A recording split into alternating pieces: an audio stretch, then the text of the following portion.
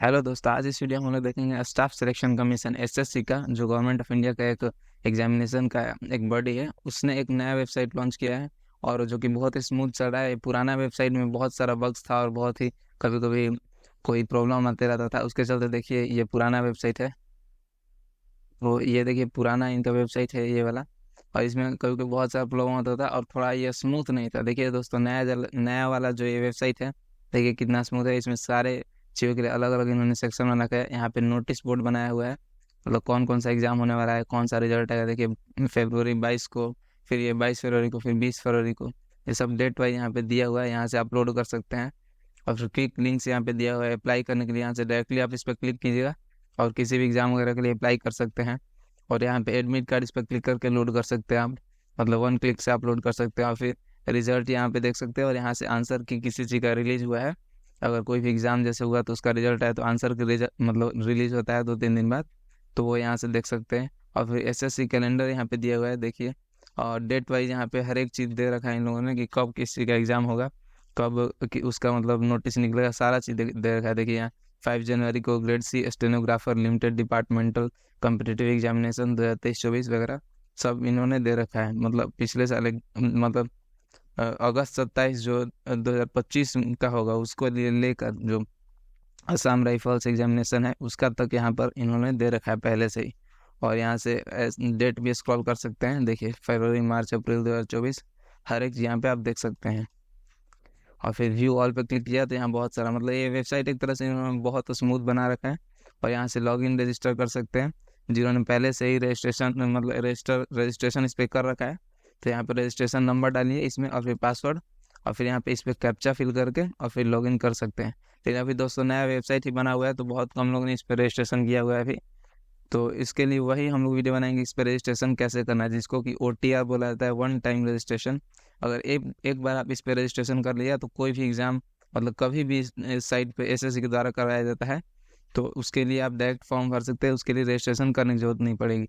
ठीक है, तो इससे फ़ायदा ये होगा कि जब कोई एग्ज़ाम आएगा तो उस समय आपको वन OTR नहीं करना पड़ेगा, वन टाइम रजिस्ट्रेशन।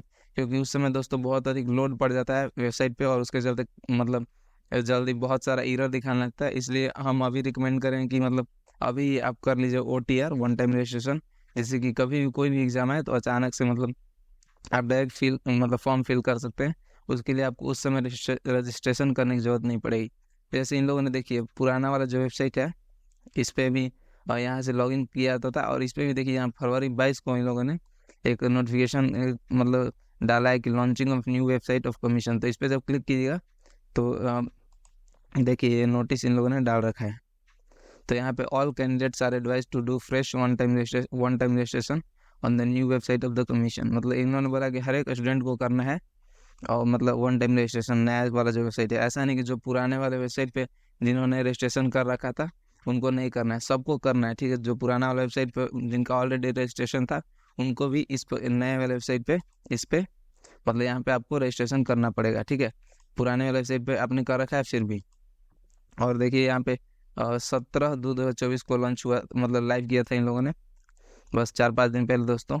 और मतलब existing website will also continue to be accessible through a link और the new website on the new website. जैसे ये नया वेबसाइट है ना, इस पे भी देखिए यहाँ पे लिखा हुआ है एसएससी ओल्ड वेबसाइट। ठीक है, तो मतलब वो लिंक दिया हुआ है पुराने वेबसाइट का। लेकिन अब सारा काम इसी पे होगा दोस्तों एग्जाम वगैरह के लिए। ये मतलब स्मूथ है और फ्रेश वेबसाइट है, बहुत अच्छा से काम कर रहा है। हर एक चीज़ के लिए अलग अलग इन्होंने सेक्शन बना रखा है। अभी हम लोग रजिस्ट्रेशन के बाद भी थोड़ा देखेंगे कि कैसे स्टूडेंट के लिए इन लोगों ने बहुत ही अच्छा बना दिया है। जैसे हम लोग के लिए जब रजिस्ट्रेशन कर लिया तो वहाँ पे अलग अलग सेक्शन हर एक चीज़ है, जैसे एग्जाम वगैरह के लिए, रिजल्ट वगैरह के लिए, वो बहुत ही अच्छा सेक्शन बना रखा है इन लोगों ने। और यूपीएससी के वेबसाइट पे भी देखिए ऐसा ही होता है कि एक टाइम में आप रजिस्ट्रेशन कर लीजिए, वन टाइम रजिस्ट्रेशन। और फिर देखिए वन टाइम रजिस्ट्रेशन बेनिफिट्स, एक टाइम आप रजिस्ट्रेशन कर लीजिए और फिर हमेशा के लिए आपका हो जाता है। और फिर कोई भी एग्जाम के लिए आप फॉर्म डायरेक्टली फिल कर सकते हैं। तो चलिए देखते हैं कैसे करना है। जिन्होंने जैसे पहले ही रजिस्ट्रेशन कर रखा है तो अभी तो 4-5 दिन पहले आया है तो बहुत कम लोग किए हुए हैं अभी रजिस्ट्रेशन। लेकिन जो लोग नए हैं तो जो पहले मतलब कर लिए हैं रजिस्ट्रेशन वो यहाँ से डायरेक्ट कर सकते हैं। रजिस्ट्रेशन नंबर लिखिए, पासवर्ड लिखिए और फिर कैप्चा फिल करके लॉगिन कर लीजिए। लेकिन जिन्होंने नहीं कर रखा है तो उनके लिए हम लोग बताते हैं कि यहाँ पे देखिए न्यू यूज़र लिखा हुआ है और नीचे रजिस्टर नाउ का ऑप्शन दिया हुआ है, इस पर क्लिक करना है हमें। और फिर तो इस पर जब क्लिक किया तो देखिए नया पेज खुलेगा। नया पेज ओपन हुआ तो देखिए यहाँ पे लिखा है new candidate one time registration OTR, ठीक है। और पर्सनल डिटेल सबसे पहले फिल करना होगा, फिर पासवर्ड हम लोग को बनाना होगा, फिर एडिशनल डिटेल फिल करना होगा, फिर डिक्लेरेशन करना होगा। बस 4 छोटा छोटा प्रोसेस है, उन चारों को पूरा कर लेंगे तो हम लोग को OTR कंप्लीट हो जाए, ठीक है। तो यहाँ से हम लोग कंटिन्यू वाले बटन पर क्लिक करते हैं। तो देखिए यहाँ पे लोड होके आ गया और इतना सारा पर्सनल डिटेल हम लोग फिल करना है। देखते हैं हम लोग कैसे करना है। और पर्सनल डिटेल यहाँ पे लिखा हुआ है।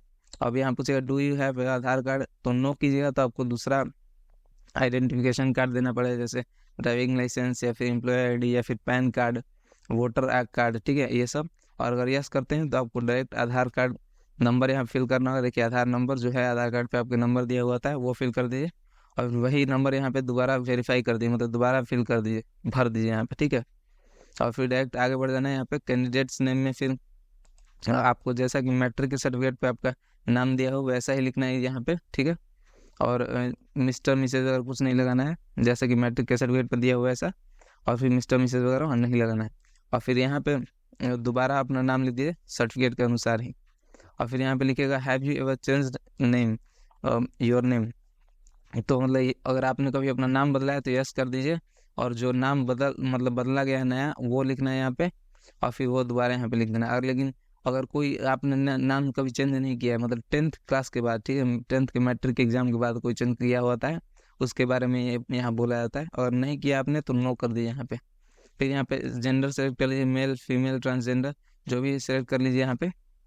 और फिर यहाँ से दोबारा आपको जेंडर सेलेक्ट करना होगा। फिर यहाँ पे डेट ऑफ बर्थ सेलेक्ट कर लीजिए, इस पर क्लिक करके आप अपना डेट मतलब सेलेक्ट कर सकते हैं। ऐसे देखिए 2024 में, फिर मतलब किसी का जैसे यहाँ पे जैसे 2004 है अगर किसी का, तो अपना यहाँ डेट मतलब मंथ सेलेक्ट कर लीजिए, ठीक है। और फिर यहाँ से डेट सेलेक्ट करके जैसे, और फिर हो सकता है मतलब फिल कर दीजिए। फिर यहाँ से आपको फिर डेट ऑफ बर्थ सेलेक्ट करना होगा, ठीक है। और फिर यहाँ पे अपने फादर्स का नाम लिखिए, जो कि आपके मैट्रिक के सर्टिफिकेट वाले जो मार्कशीट पे होगा, एडमिट कार्ड पे होगा, वही लिखना है, ठीक है, मार्कशीट वाले पे। और फिर यहाँ पे दोबारा अपने फादर का नाम लिख देना है, फिर यहाँ पे मदर का नाम लिखना है, फिर यहाँ पे दोबारा मदर का नाम लिख देना है सर्टिफिकेट के अनुसार ही। और फिर 10th बोर्ड आपने किस बोर्ड से पास किया था 10th का एग्जाम, मतलब जैसे कोई बिहार बोर्ड से है तो मतलब Bihar school examination board BSEB, देखिए ये सेलेक्ट कर लीजिए। कोई CBSE बोर्ड से है तो वो सेलेक्ट कर सकते हैं, सारा यहाँ पे दिया हुआ है, ठीक है। Central board of secondary education CBSE, देखिए, ठीक है। और फिर यहाँ पे दोबारा वही सेलेक्ट कर लेना है अपना बोर्ड, ठीक है। जैसे देखिए CBSE मैंने यहाँ पे कर लिया। और फिर यहाँ पे रोल नंबर लिखना है 10th क्लास में जो आपका रोल नंबर था मार्कशीट पे, ठीक है, वही लिखना है। और फिर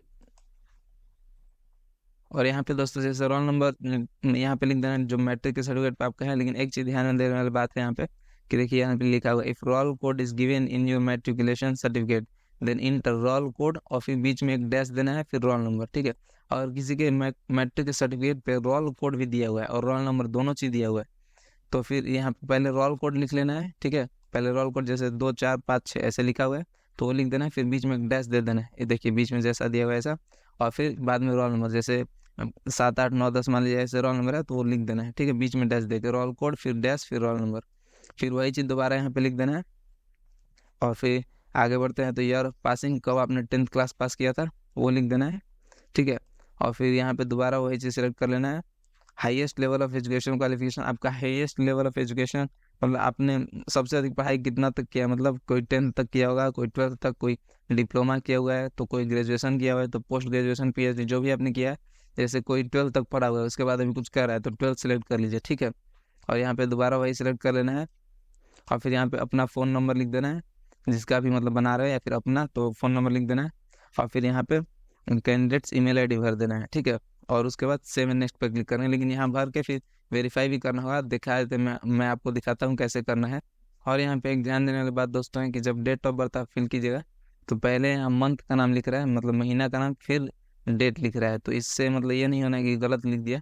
जैसे जनरली क्या होता है 20/8/2004 होता है, ठीक है, 20 तारीख और 8वां महीना 2004, लेकिन यहाँ पे 8वां महीना पहले लिख रहा है और फिर 20 तारीख, जो कि मतलब ये डेट ऑफ बर्थ का अमेरिकन सिस्टम होता है, तो वही अब इन लोगों ने वेबसाइट पे मतलब लागू कर दिया है। तो यहाँ पहले मंथ का नाम लिख रहा है और फिर डेट फिर ईयर, तो इससे घबराना नहीं है, आराम से फिल कर देना है। और फिर आगे फादर्स वगैरह का नाम लिखना है। तो पे जब आप फ़ोन नंबर भर दिया तो देखिए यहाँ पे ऑप्शन दे रहा है सेंड OTP का, और फिर यहाँ पे जब ईमेल भर दिया तो यहाँ पे ऑप्शन आएगा सेंड OTP का, दोनों पे क्लिक करना है बारी बारी से। देखिए यहाँ पर हमने मोबाइल पर जो ओटीपी गया हुआ था वो हमने यहाँ पे वैलिडेट लिखा हुआ आएगा। जब ओटीपी डालिएगा तो उस पर क्लिक कीजिएगा तो एक बार वैलिडेटेड हो जाएगा। देखिए ग्रीन कलर का दिखा रहा है। अब ईमेल का ओटीपी यहाँ पे डालना है। देखिए जब यहाँ पे ओटीपी फिल कीजिएगा तो यहाँ पे वैलिडेट का ऑप्शन आएगा। ओटीपी फिल करके और यहाँ पे इस वैलिडेट पे क्लिक करना है और क्लिक कीजिएगा तो ऐसे लोडिंग करेगा कुछ देर और यहाँ पे वैलिडेटेड ग्रीन कलर में लिख देगा। फिर 7 नेक्स्ट पे हमें क्लिक करना है। देखिए दोस्तों यहाँ पे जब हम लोग का दोनों वैलिडेट हो गया, मोबाइल ओटीपी और फिर ईमेल्स आईडी पर ओटीपी, मतलब वो भी वैलिडेट हो गया दोनों। देखिए यहाँ पे ग्रीन में लिख दे रहा है। तो उसके आगे हम लोग 7 नेक्स्ट पे हम लोग क्लिक करेंगे। ठीक है, 7 नेक्स्ट पे जब हम दोस्तों पे क्लिक करेंगे तो देखिए एक बार एरर दिखा दे रहा है। तो फिर से हम लोग को रिट्राई करना होगा। देखिए बस हम लोग को दोस्तों कुछ नहीं करना पड़ा, हम लोग दोबारा इस पर क्लिक किए ना 7 नेक्स्ट पे, तो अपने आप हो गया सक्सेस लिख दिया, पर्सनल डिटेल सक्सेसफुल सबमिटेड। ठीक है, और कुछ नहीं करना पड़ा, बस हम लोग को बस 2 बार टिपे ना 7 नेक्स्ट पे तो हो गया।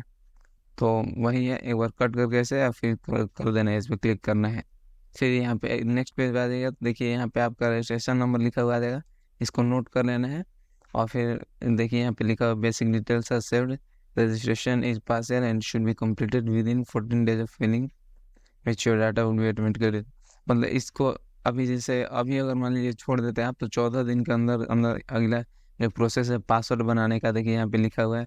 और एडिशनल डिटेल और डिक्लेरेशन का कर लेना होगा, नहीं तो 14 दिन के अंदर जो जो आपने डाटा ही फिल किया है सब डिलीट हो जाएगा। और यहाँ पे लिखा है registration number and one time password share mobile. आपके मोबाइल नंबर मतलब रजिस्ट्रेशन नंबर और वन टाइम पासवर्ड भेज दिया गया है। और इसी रजिस्ट्रेशन नंबर से हम लोग को अभी लॉगिन करना होगा और फिर पासवर्ड नया बनाना होगा। ठीक है, और यहाँ पे अब कंटिन्यू पे हम लोग क्लिक करना है। ऊपर जो रजिस्ट्रेशन नंबर लिखा हुआ है ये आपको लिख लेना है कहीं। ठीक है, ऐसे मोबाइल और ईमेल पे चला गया है, लेकिन इसको लिखना चाहते तो लिख ले। ठीक है, अब हम लोग कंटिन्यू पे क्लिक करते हैं। कंटिन्यू पे जब क्लिक किया देखिए दोस्तों तो यहाँ आ गया रजिस्ट्रेशन नंबर का जगह दिया हुआ है। तो इसमें हम लोग को रजिस्ट्रेशन जो अभी हम लोगों ने लिखा वो फिल करना है। और यहाँ पे पासवर्ड जो हमारे फ़ोन पे गया हुआ है, मतलब फ़ोन पे या फिर ईमेल पे गया हुआ है, वो लिख लेना है। और फिर यहाँ पे ये कैप्चा लिखा हुआ है तो ये लिखना है, यहाँ करना है। और फिर साइन इन पे हमें क्लिक करना है। तो चलिए हम लोग देखिए, हम जो साइन इन किए ना वहाँ पे तो रजिस्ट्रेशन नंबर यहाँ पे दिया हुआ है और फिर तो नीचे हम लोग का लिखा हुआ आ गया। लेकिन यहाँ पे फिर देखिए एक अलग ऑप्शन है ओल्ड पासवर्ड और न्यू पासवर्ड का। तो ओल्ड पासवर्ड जो हमने अभी हमारे फ़ोन पे गया हुआ है या ईमेल पे गया हुआ है वो लिखना है यहाँ पे, जो अभी हमने डाल के फिर इंटर मतलब साइन इन किया वो लिख देना है। और फिर न्यू पासवर्ड में एक नया पासवर्ड हम लोग को बनाना है। Password must be minimum 8 characters, मतलब 8 कैरेक्टर कम से कम होना चाहिए। और फिर एक बड़ा अक्षर होना चाहिए। ठीक है, और एक छोटा अक्षर होना चाहिए, मतलब ए बड़ा में फिर ए छोटा में, ऐसा मतलब एक कोई। और फिर वन मतलब वन और मोर नंबर मतलब होना चाहिए, एक से ज़्यादा नंबर होना चाहिए। ठीक है, बड़ा अक्षर और छोटा अक्षर कम से कम एक एक होना चाहिए, ज़्यादा भी हो सकता है। और एक मतलब एक या फिर एक से ज़्यादा नंबर होना चाहिए, मतलब 1 2 3 4 में कोई मतलब नंबर में। और फिर इंक्लूड वन और मोर स्पेशल कैरेक्टर, मतलब एट द रेट हैश। और फिर ये सब जो स्पेशल कैरेक्टर होता है ये सब एक मतलब वो भी होना चाहिए, कम से कम एक से ज़्यादा भी हो सकता है। देखिए एक बार दिखाता हूँ कैसे करना है। देखिए सपोज किसी का नाम अगर राज है तो ऐसे लिख सकता है, कैपिटल में आर लिख दे बड़ा अक्षर में, और फिर ए जो छोटा में लिख दे, और एट द रेट यहाँ पे लिख दे और 1 2 3। लेकिन देखिए दोस्तों यहाँ पे सिर्फ 7 ही अक्षर हुआ है, 3 1 4 और 3 7। ठीक है, लेकिन इसमें इसलिए और हम लोग को ऐड करना होगा, जैसे और ऐसे कर दीजिए। ठीक है, तो ये हो गया 8 से ज़्यादा। ये पूरा ऐसे बना के पासवर्ड आप नया पासवर्ड में लिख दीजिए, न्यू पासवर्ड में। ओल्ड पासवर्ड में तो वही है लिखना, ओल्ड पासवर्ड में तो वही है लिखना जो भी हमने भरा था साइन इन करते समय। तो ये दोनों भर के फिर यहाँ पे उस नया पासवर्ड को दोबारा लिख देना है, कंफर्म कर देना है। फिर एक सिक्योरिटी क्वेश्चन लिखना है, मतलब सिक्योरिटी क्वेश्चन वो होता है दोस्तों जो कि मतलब जो कि आप ही को सिर्फ पता है, जैसे विच सिटी मतलब यू आर बोर्न इन, मतलब आप किस सिटी में जन्म लिए थे, या फिर आपका फेवरेट मूवी क्या है, तो ये सब आपको ही सिर्फ पता होता है। इसलिए ये सब चुनने को कहा जाता है। तो ये आप लिख सकते हैं, जैसे आपका जन्म का हुआ था यहाँ पे लिख दीजिए वो चीज़। ठीक है, यहाँ सेलेक्ट कर ऊपर से। और फिर आपका फेवरेट मूवी कौन है ये सेलेक्ट कर लीजिए। अगर आपका फेवरेट स्कूल कौन, मतलब आपका सबसे पहला स्कूल कौन है वो यहाँ पे सेलेक्ट करके और फिर यहाँ लिख सकते हैं। ठीक है, जो मन कर रहा है सेलेक्ट कर लीजिए, 5 ठो क्वेश्चन दिया हुआ है उसमें से। फिर यहाँ पे एक और ठो क्वेश्चन सेलेक्ट करना होगा, एक ठो जो ठो आपने पहला में सेलेक्ट कर लिया होगा वो दोबारा नहीं सेलेक्ट कर सकते। फिर 4 ठो बचा हुआ है, इन चारों में से कोई एक, जैसे आपका फेवरेट बुक कौन सा है मतलब किताब। ठीक है, तो उसको सेलेक्ट करके ऐसे यहाँ लिख सकते हैं आप। ठीक है, और फिर 7 नेक्स्ट पे हम लोग को क्लिक करना है। देखिए यहाँ भी सक्सेस लिख दिया, मतलब यहाँ भी सब सही हो गया। और इसको अब कट करके हम लोग अगले पेज पे इसको कट करेंगे तो अगले पेज पे चले जाए। देखिए जब अगले पेज पे है तो हम लोग फिर से लॉगिन करना होगा यहाँ पे दोस्तों, नए पासवर्ड के साथ अब की बार, क्योंकि हम लोग ने नया पासवर्ड बनाया हुआ है इसलिए। देखिए हमने नए पासवर्ड और फिर रजिस्ट्रेशन नंबर के साथ लॉगिन किया, तो फिर इस पेज पे आ गए एडिशनल डिटेल वाले पेज पे। यहाँ पे हम लोग कुछ डिटेल फिल करने होंगे और फिर ये हमारा लास्ट स्टेप होगा, ठीक है। यहाँ पे कैटेगरी डाल दीजिए, जिस भी कैटेगरी से आप बिलोंग करते हैं, EWS SC ST OBC UR, ठीक है, तो करते हैं वो बिलोंग करते हैं वो लिख दीजिए। फिर यहाँ पे दोबारा वही सेलेक्ट कर लीजिए। फिर नेशनलिटी यहाँ से सेलेक्ट कर लीजिए, मतलब भूटान से नेपाल से जो भी है सेलेक्ट कर लीजिए। और फिर अगर कोई दूसरे नेशनल्स के होंगे तो यहाँ पर डिटेल और देना होगा, लेकिन हम लोग को इंडिया सेलेक्ट करना है।